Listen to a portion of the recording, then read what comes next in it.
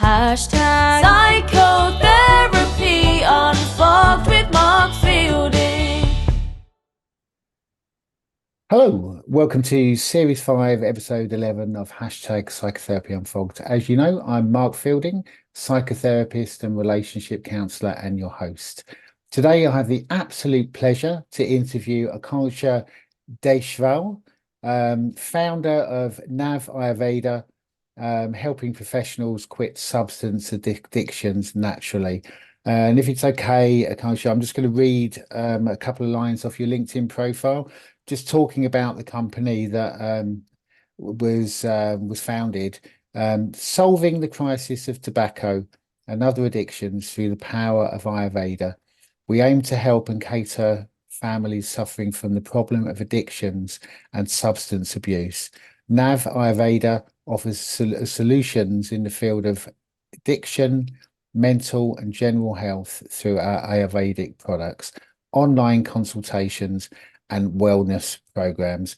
And I'm conscious you've done a lot of other things in your career, so we'll see maybe if we can touch on some of those as well. But really, really nice to see you again. Thanks for coming on. I always start off the interview by asking our guests about the personal experiences that led them into the field.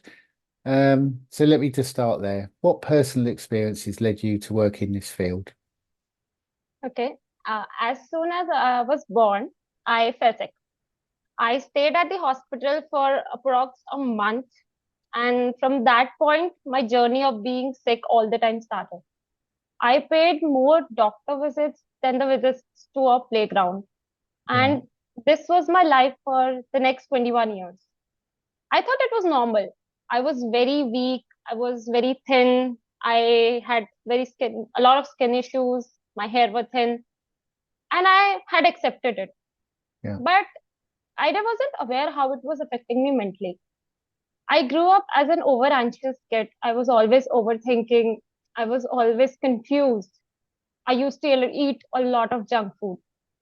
And everyone around me would keep telling me, Akanksha, calm down, don't overthink, don't eat too much. And I used to wonder how. All these things became a part of me.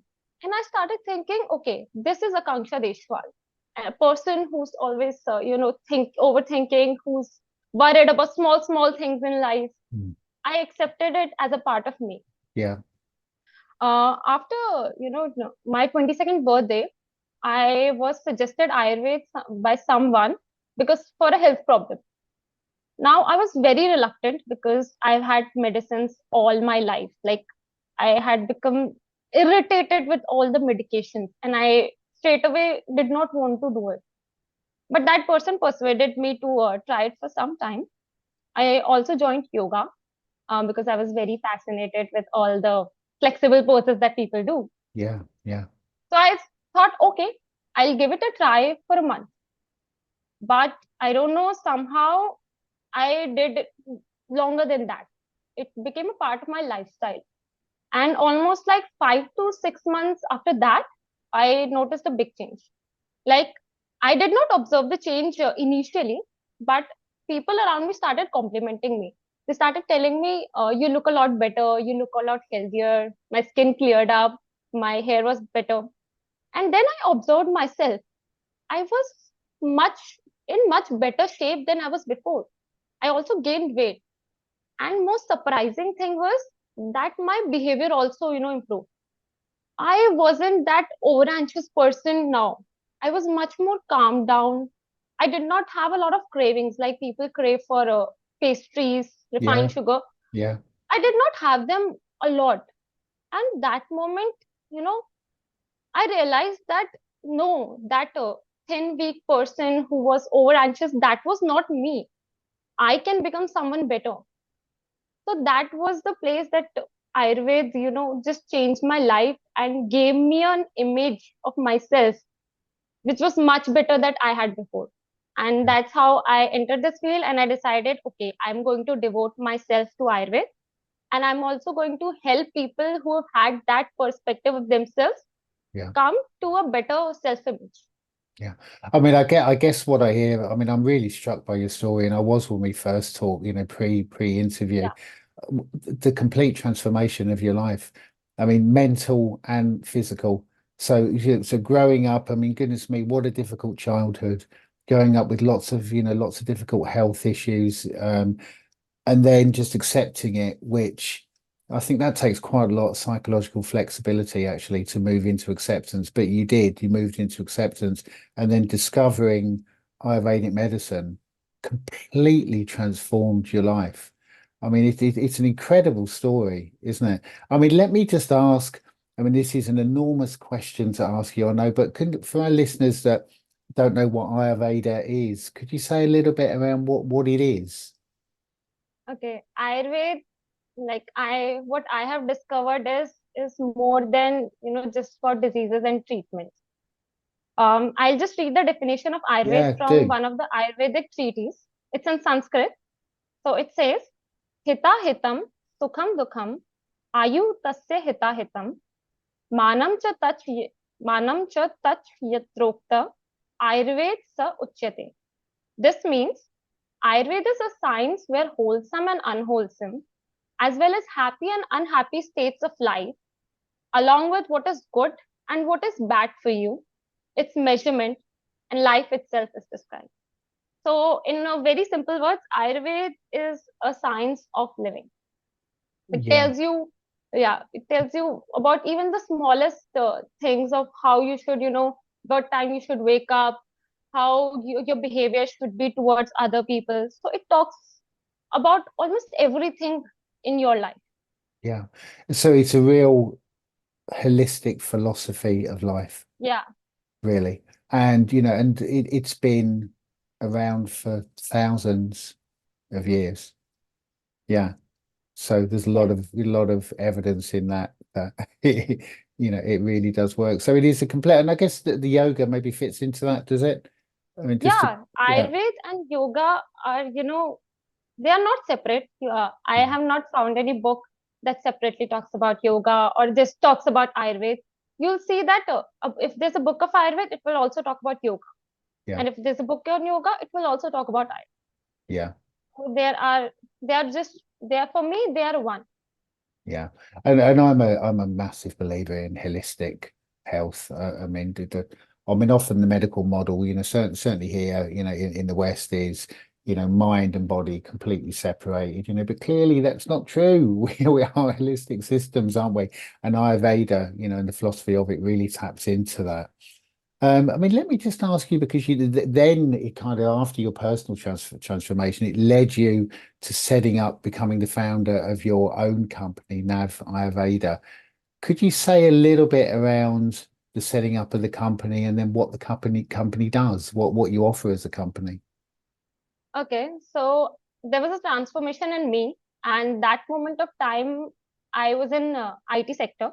I was an engineer, and then I decided to leave my job and contribute to this full time. So in the beginning, only from the beginning only, I had the vision of combining the physical and mental aspects together. Yeah, Because from Ayurveda, we understand that body and mind are interconnected. yeah, of If course. Yeah, one thinks, if there's an imbalance in one, you will see an imbalance in other. yeah, So my focus on mental health was from the start. We started Navayurveda as a general wellness company first.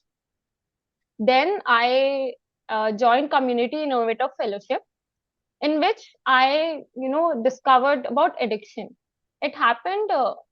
There was a friend of mine there, and one day we were both sitting, and he came to me and asked, Akanksha, is there a way to quit addiction? He used to smoke using Ayurveda. And I told him, I'll ask my Vedya and come back. And when I asked my Vedya, she told me about how Ayurveda can wonderfully, solve this problem, help in this problem. So I went back to that person. I said, yes, sure, we can, help you out. But then he dropped off. Like he became defensive. Oh no, I don't do a lot. yeah. And Didn't want to and give that up the addiction. yeah, and that moment, I thought this is something I should work on because there are a lot of people who are suffering from this problem. And Yeah, because there's a lack of dialogue also, and there's a lack of acceptance also, that and lack of empathy sometimes I feel. Even if it had been like 4 to 5 years back, I was also very critical about people who used to smoke and do drugs. Yeah. But now I have started to understand the situations and started looking uh, towards them with eyes of health, that Yeah. I can provide them support through Navayurveda and I can help them. So we decided to go into this field, talk about it more openly, without without any hesitations or no confidence. We are just there with confidence that we Yes. are there for you whenever that person is ready to change their life. Navayurveda will be there to help them. Yeah.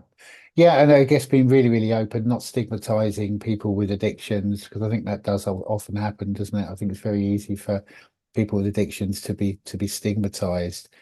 Yeah. What kind of, I mean, what kind of addictions do you deal with? I mean, so there's tobacco. I mean, obviously, plenty of people in the world are addicted to tobacco. And what other kind of addictive substances do you deal with? Okay, so we have dealt with patients having tobacco addictions, weed. Some Yeah, people have come with opioids also. yeah, So basically, our aim is to deal with people having any kind of substance addiction. Because in Ayurveda, we are not only looking at the kind of substance, but we are also strengthening the person's internal system mm. so that he can build up that strength to, build up that strength and, move towards a healthier life. Yeah. I mean, building up the person's internal system. Yeah, so Yeah. so they're stronger, so they're more resilient. I mean, again, it's very, very holistic, isn't it? Making the person generally stronger. So I guess if they're stronger and more resilient, and they're going to be more able to deal with the addiction. How does it actually work? If somebody came, I mean, say I was to come to your company with tobacco addiction, something I gave up a long time ago. I did used to smoke years ago. But well, how would it work? So you'd have an initial consultation, and then what would happen? How does it work? Okay, so we have an Ayurvedic range dedicated towards tackling addiction and Yeah, its side effects. yeah, We have a proprietary medicine named When Life that contains 15 powerful herbs, and it is used to help people with substance addiction. yeah, The unique thing about this medicine is that it contains herbs that help you detox, also help you reduce cravings, and eventually help you heal your internal body. So when a person comes, we first talk to them about the history, how long they have been doing. yeah, Then our Ayurvedic Vaidya, basically in Ayurveda, a doctor is called a Vaidya. So she takes up the consultation, looks at the health history, prescribes the dosages, and also gives some lifestyle modifications for that person.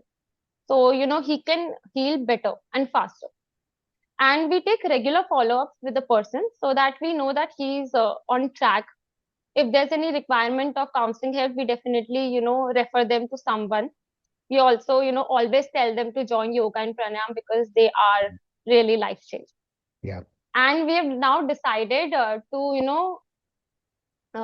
now we have decided to introduce coaching also, recovery coaching for people who need more support, because this is a field that requires a lot of personal support also. Yes, yeah, we are providing medicines, the doctor is working with them, yeah, but a lot of times when people fall back, it hurts me also. And they are making progress and suddenly something comes up that they want to go back to that substance. So we are decided to provide coaching for that purpose also, so they uh, you know be consistent in their journey and discover the transformation.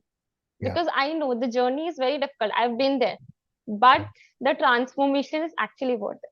So our yeah. aim is to get them from that state to a transformative stage where they can see that this person is someone I did not know I was, but now I am, and I feel much better. Yeah, I mean, wow. I mean, it's so inspirational. The recovery counseling will just help them. And I guess it also helps to build up their sense of self and their self-confidence, and helps them with relapse. Because I guess with addictions, people generally tend to relapse, don't they? Maybe it's 2 steps forward, 1 step back. So again, I guess you offer there were so many different threads to your business, but all kind of aimed at really supporting the individual, with addictions. Your company also works with mental health conditions other than addiction, does it? So Yeah, yeah, we want to extend it to that space. yeah, One thing I always, I realized in my journey and later learned that whatever happens in your body is eventually going to affect your mind. yeah, Like totally. I've had constipation for like 20 years, Yeah, wow. and I did not know that it was also, affecting my mental health. It also Yes, was also affecting my behavior. So we try to, combine the solutions. We always tell people to, first ask them about the physical health, how they're feeling, if there's any lifestyle modification that is required. We help them with that. And for the mental health, one of the things that we always, advise them to do is pranayama, which is breath work. yes, Like now we started to realize the importance. For example, we all have seen that if someone is panicking, so we tell them to take deep breath yeah, because it calm down the mind. So regularly practicing breath work can actually help you, control your stress. I have had been there myself, and it was, life changing for me. mm, So these small things can help us cope up our mental health also. So this yeah, is what we want to in future also mm, provide from our end. yeah, And we also want to, like, Ayurveda has a lot about mental health, which is still not very much, in the market or discovered. mm, And we want to go into research in future. It's my mm, dream to go into research of many medicines and yeah, go brilliant. into deeper into Ayurvedic aspects of mental health. So in future, we really want to do this. Yeah, So that's our dream. and tapping into 1,000-year-old more tradition, and tapping into the wisdom that comes with that tradition. I'm going to move around a little bit. I just wanted to ask, because when we talked in the initial intro, you were telling me about your passion for dance. I just wonder if we can come back to the business side, but can you just tell our listeners about that? Because you have a real passion, don't you, for dance as a person? Okay. Like I told you, I was very sick when I was small. So no one let me dance that time. Everyone said that you have low stamina, you're weak, you should not. But when I got into college, I got very fascinated by a classical dance form in India, Kathak. And I just immediately, decided that I will do it anyhow. Okay. I just told everyone, my parents, like, I want to do this thing for my son. I started going to the classes. And the most beautiful thing about it is so technical. Everything is so detailed. And when we, dance, we take care of so many things. And despite of being technical, it also, has those emotions. When you're Yeah, dancing, you don't, like, most of the compositions don't have proper words. They are beats. And even through those beats, you can feel those emotions. So it's so impactful. Second, my favorite thing about Kathak is it develops character. Like when we started going to the classes, uh, our teacher taught us uh, to, be respectful to the people who are teaching. So whenever yeah, we used to enter, we used to touch the feet of our teacher, pay our respects to the God, yeah, and then start dancing. yeah, And we used to always take care of our class. She always taught us that this space where you're dancing, it belongs to you as well, and it's your responsibility also to take care of it. So that made me, I think, more respectful because I really get that compliment from people when I meet them. So that respect comes out of me as I, meet any teacher or anyone who's elder. And second thing is to treat the space where I'm learning as my own. So these two things, I think, Kathak has taught me very well. yeah. And I guess for your emotional life, for your mental health, for your physical health, for your state of being. Again, I guess the dance is really holistic, isn't it? I mean, you must get a lot out of it in so many different ways. But for your mental health, I mean, it must be brilliant for your mental health. Amazing. Like Yeah, whenever I'm feeling those strong emotions about anything, that's the point of time I dance. Yeah. and then it everything reflects in those performances. So it's a very amazing way to express yourself. If you're not able, I've been an introvert most of my life, so I don't really much tell people around me what's happening, what's going inside my mind. Yeah. So dance was a way to express. Now whenever I post a video, people can tell what Akanksha is thinking. Okay, today she's feeling like this. Yeah, because you're expressing your emotional life through dance. Yeah, and I guess it gives you an opportunity to extrovert. So you're naturally an introvert, half the world are introvert, half are extrovert, but this gives you a real opportunity to just, I don't know, to show off your extrovert side. You must feel really free when you're doing the dance. The feeling of freedom when you feel really free. I mean, your body's moving. It must be wonderful, I'd imagine. Yeah, I feel very beautiful when I dance. Like I feel like the most beautiful woman on earth whenever I'm dancing, at least for myself. Yeah, I mean that's wonderful. Yeah, I mean I just wanted to come back. Let's come back to business and how because I know I'm talking to you from India, from Rajasthan. Yeah. Yeah. So you operate in India. Do you have plans to operate internationally or what's in terms of the business and kind of working with international clients? Is that something maybe you'll do or is that something you do already? This is not something we already do. We have been planning this, that we want to help people outside India as well, Yeah. because this problem is global. It's not just that Oh, I Indians are going through it. I agree. Yeah. So one of the reasons of introducing coaching was also that we can reach out people who are outside, who are Yeah. not in India and who are not able to contact us. At least through coaching, they can contact us. Yes. And later, we're also planning how we can, go to abroad and have our products there, so people can have an access to a solution. Yeah. Yeah. Yeah. So this is kind of the forward movement of the company. It sounds like a very dynamic company that you founded. There's lots of changes. It's moving Yeah, forward. It sounds like a really exciting space. yeah.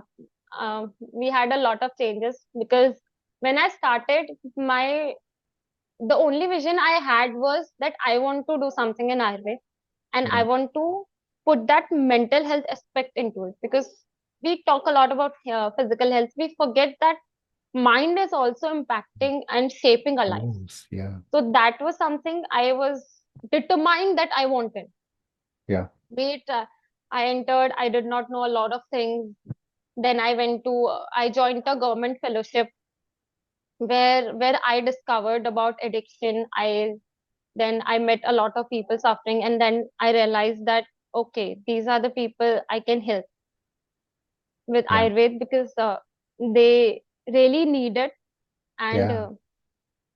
I'm I was determined to help people, and I had found a field that I can help, and I can also touch the mental aspects also. Yeah. So both can be done together. So Yeah. that's how we now are have found our I have found something that we can do wonderful. And I think it's really important, as a founder, the whole business that you've set up and continues to grow is actually based on your own personal experiences, really, of suffering, really, for 22 years of your life, and then having your life transformed, by Ayurveda medicine. I mean, I don't know. I don't know. It just really, really says something, I think, about the company when the founder has founded a company based on their own personal experience of transformation. I don't know. I just think it's something that's not always there, is it, with companies? I mean, it's quite big. It's quite inspirational. I also wanted to ask because you also worked for Toastmasters International. Would it be okay? Because I wasn't really familiar with that. Would it be okay if I asked you a little bit about what that is and what you do? Yeah, sure. Yeah. So basically, Toastmasters International is an organization that helps people build up confidence for public speaking and leadership. Okay. I was in college when I joined the club, and it's a wonderful space where the we give speeches in the clubs. We take up leadership roles, and we develop our qualities. Because when you go into the real world, it's very difficult to learn with freedom. You're always anxious. Yeah. So it became a safe space for me to learn. Uh, in Toastmasters, there's a very wonderful session named evaluation session, Yeah. where whatever speeches we have given, a feedback is given. But the feedback is always given in a very constructive way. Mm. They tell about the positive things that you did, and they also tell about the things that you can improve on. Mm. We never criticize, we always tell about what we can improve. So it Mm. was a very supportive space, and that's why I still decided to, even with the work, I decided that I want to be a part of this, because it's a space where I can, openly, without any fears, uh, experiment, tell my thoughts, Yeah. and learn.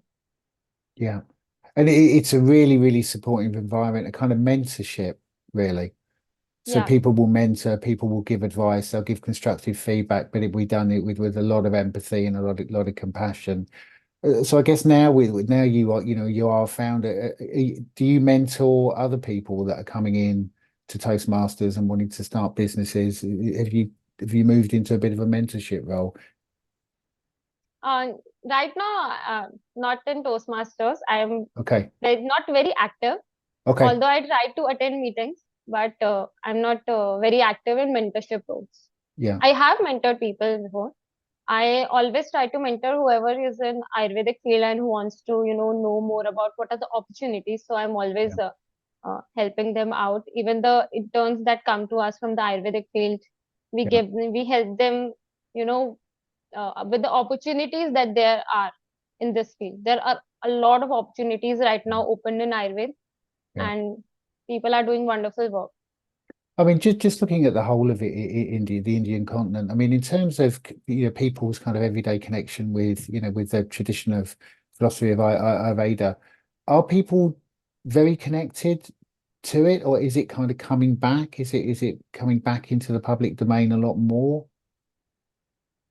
Yeah, basically, earlier we used to practice it a lot.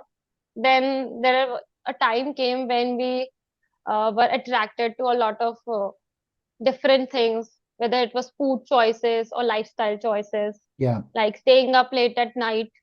Yeah. Ayurveda always advises you to follow the cycle of nature. Like the animals, if you look at the birds, they have a time of getting up around Yeah. 4 p.m., 4 a.m., and they have a time of going back to their homes. Yeah. So Ayurveda always tells you to follow that cycle. Yeah. We obviously have missed that cycle now, because Definitely. everyone sleeps at 12 p.m., 12 a.m. or 1 a.m. And then everyone has to go to work. So they get up at 7 and just rush for whatever duties they have. So the sleep cycle is majorly affected. Mm. Number two, the eating habit. Yeah. Earlier, we had d- time that a scheduled time that, okay, we have a breakfast at this time, we are going to have lunch, and this is going to be the time of dinner. But now we eat whenever we want. So it disturbs the internal system because it has to work so much harder now. Mm. We are like, if I had lunch right now, 1 hour later, I'm having some snacks. So think about the Yeah. toll that the digestive system has to go under. Definitely. So Yeah. this is the thing that we have literally been very irresponsible with. Mm. And I feel like with Ayurveda coming back into the daily life, I've started to see people taking care of that. My After I entered my Ayurveda, I helped a lot of friends get into it, Yeah. and they have also, started to being very careful about what they eat and how they are living, and they are Yeah. seeing very good results. I'm very happy about that. So it's coming back into the system, Mm. and I think Ayurveda is not just Indian. Ayurveda is universal. Yeah. It talks about the laws of nature. I think the same nature's laws also uh, apply to the West. You people also have the same Course. sunrise and sunsets, the Course. same Yeah. similar animals. Animals also have same pattern. So Ayurveda is Yeah. not just something that Indians are practicing, but it can be it's something that even West should adopt, because it's I think a lot of ancient medicinal systems in the West must be, using the same similar science, Yeah, I and think. I have to say I totally agree with you. Yeah, I mean, but I mean the philosophy, and the wisdom, from this tradition, speaks to us all really. I mean, we all live such strange lives now. We go to bed late, we get up, we sit in front of screens all day, we snack, we eat at different times, and it just makes complete sense to me, really, that as human beings, because we are actually part of nature, aren't we? Even though humans think of themselves as different to the birds but we're part of nature. So why would it not be better for us to to have to follow the cycles of nature, to go to bed at the time when our bodies want to eat at the times when our bodies want to? I mean, I think there's so much in these ancient traditions really that I think we've lost as a civilization. So it's really, really good that this kind of ancient wisdom is coming back in, because on a logical level it just makes complete sense, doesn't it? It just makes sense. Yeah. Yeah, and we live very, very increasingly artificial lives, and just to kind of say a word about addictions, and part of the artificial lives we lead us to addictions. Our body's not working properly, we feel tired. So what do? We drink coffee, or we take drugs, or we smoke, or it's all so interlinked, isn't it? I think if we're able to, as humans, to go back to a much more natural way of living, a lot of a lot of the kind of illnesses that I think we have, are going to go. I mean, I really agree with everything really that you've said today. I mean, I wanted to ask, what are your coping strategies to sustain good mental health?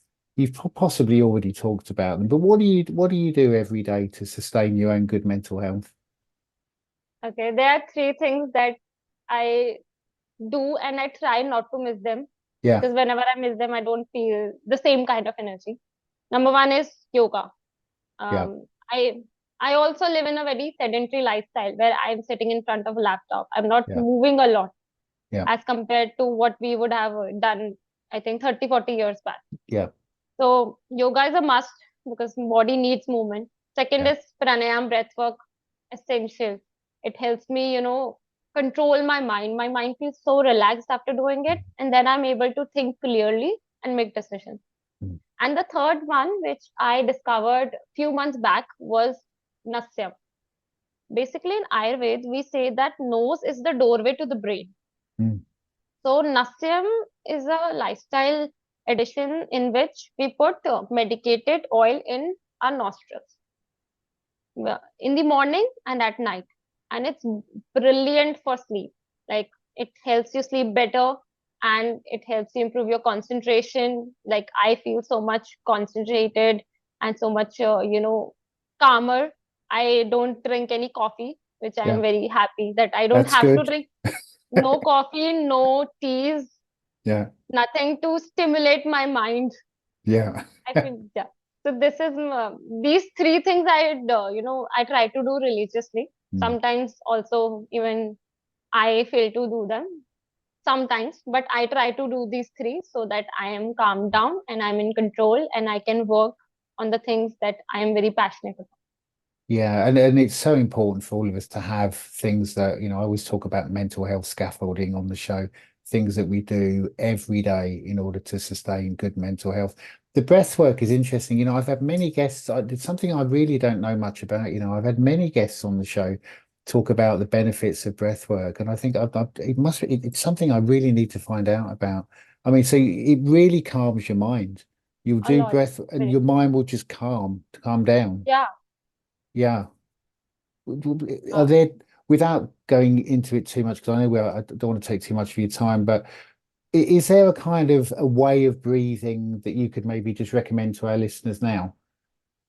okay. One thing that Yeah. I learned was to check my breath at regular intervals, Okay. because I noticed that whenever I'm anxious or I'm stuck, I'm either shallow breathing or I'm holding my breath, Okay. which I talk in my videos also. Okay, whenever you're, working, just notice your breath.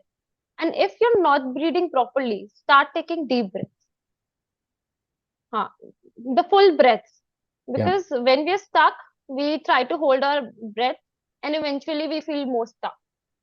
So one tip that I want everyone should do is please take observe your breath at regular times and make sure that you are breathing properly. You're not Yeah, holding it. yeah. Okay, So that's this is a the simplest. yeah, that's a really, really good tip. I mean, before we finish, is there anything that you would like to have talked about that I've not given you the opportunity to?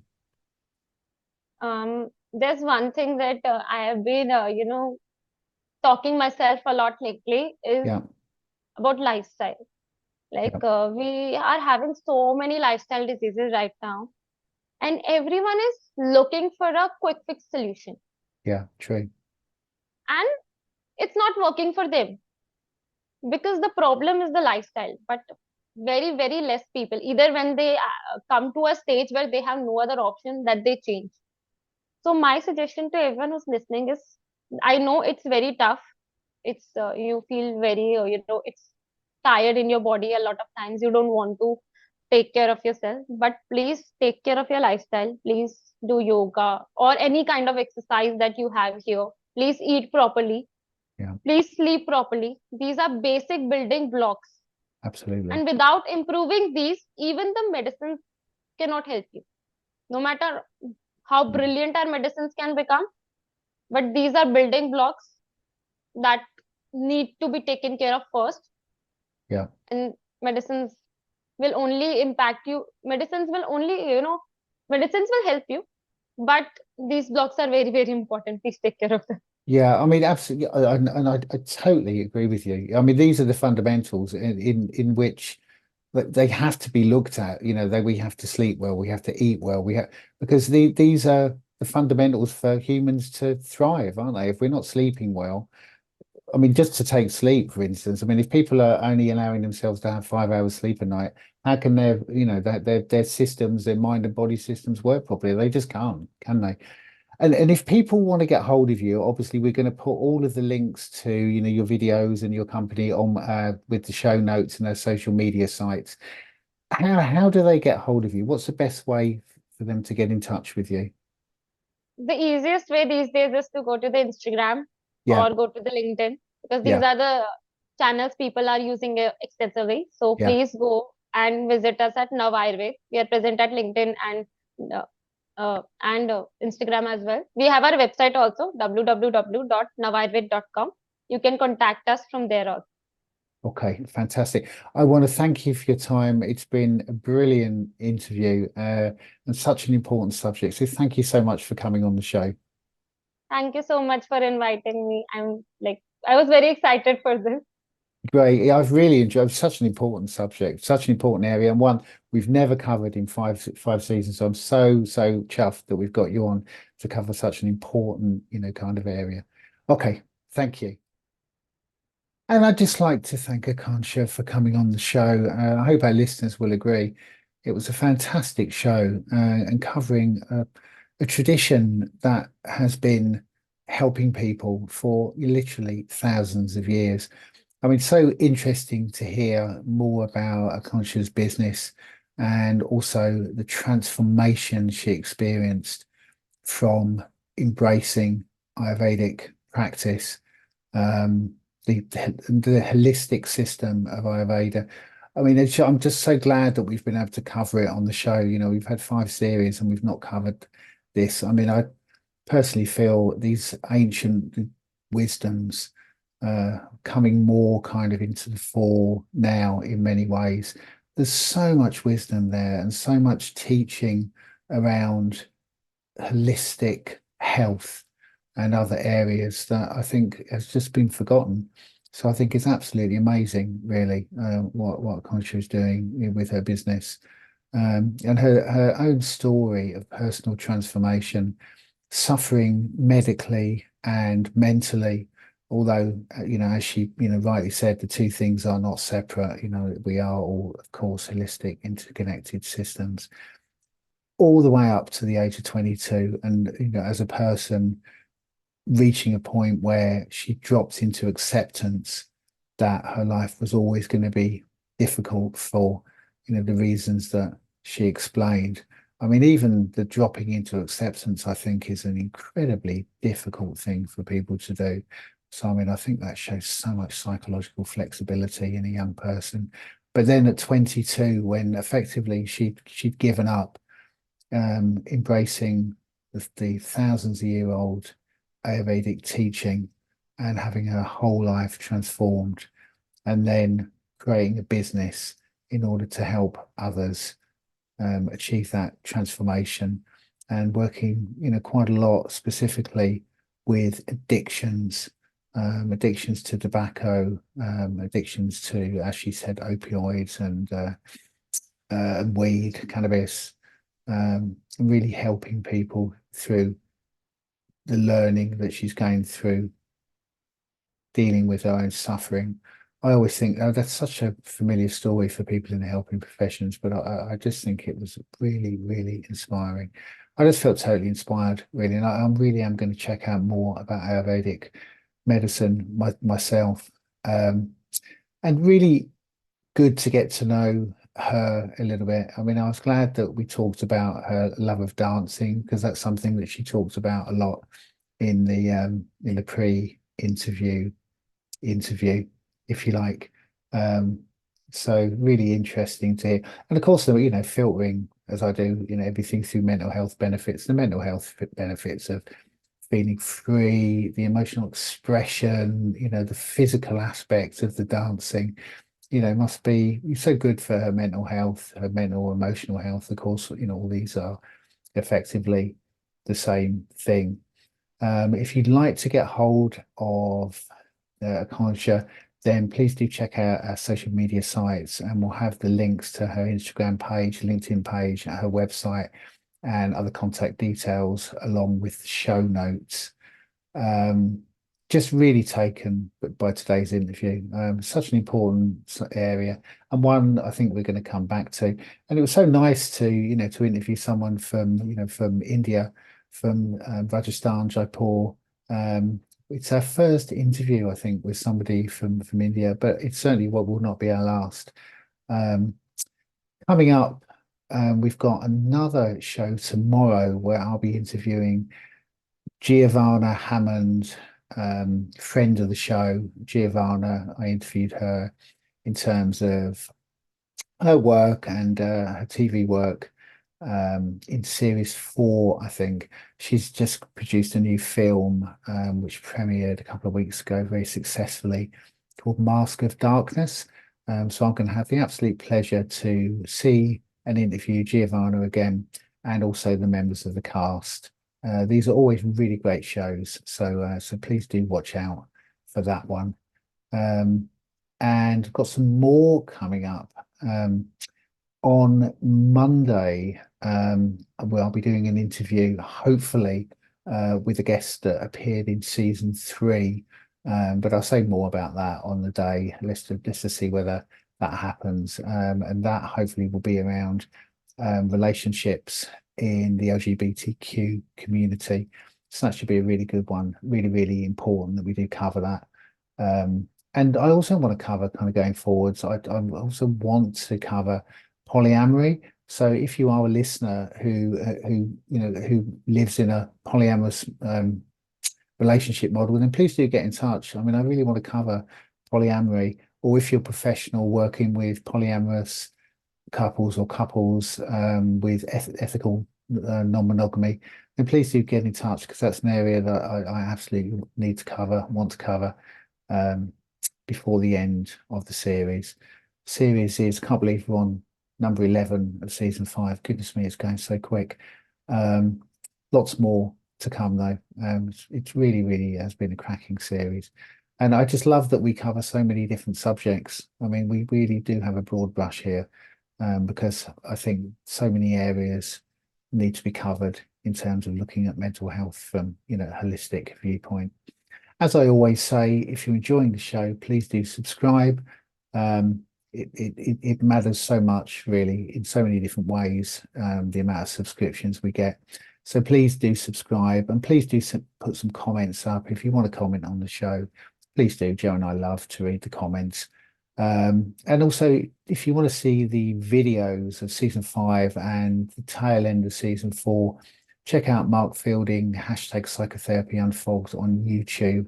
The numbers on YouTube are very slow in comparison with the amount of numbers we get on our audio podcasts. They're going up slightly, but if you do want to see the actual interviews, then please do check them out. And similarly, please do subscribe. Please leave comments, good, bad, neutral. And as always, thank you for listening to the show. Got some great shows coming up. Looking forward to tomorrow. So check tomorrow's show out soon. And as I always say at the end of the show, look after yourselves, look after each other, and look after the planet. Thanks for listening.